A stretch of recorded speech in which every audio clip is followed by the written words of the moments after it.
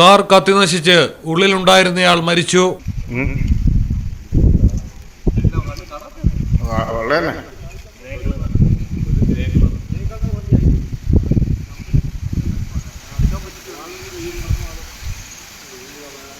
പാലക്കാട് ധോണിയിലാണ് സംഭവം. മുണ്ടൂർ വേലിക്കാട് റോഡിൽ വെച്ച് കാർ കത്തുന്നത് കണ്ട് വഴിയാത്രക്കാരൻ പോലീസിൽ വിവരമറിയിക്കുകയായിരുന്നു.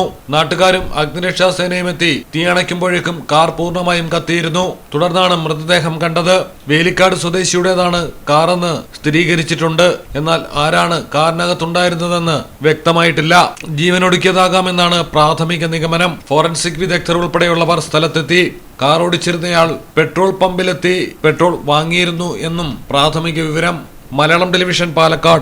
പത്തരമാറ്റ തിളക്കത്തോടെ 10 വർഷമായി പവൻ ഗോൾഡിൽ ആദ്യ കാതുകുത്ത് തികച്ചും സൗജന്യമാണ്. മാത്രമല്ല പരിചയസമ്പന്നരായ ലേഡി സ്റ്റാഫുകളാണ് നിങ്ങളുടെ കുഞ്ഞുങ്ങൾക്ക് കാതുകുത്തുന്നത്. പവൻ ഗോൾഡ്, തിരൂർ.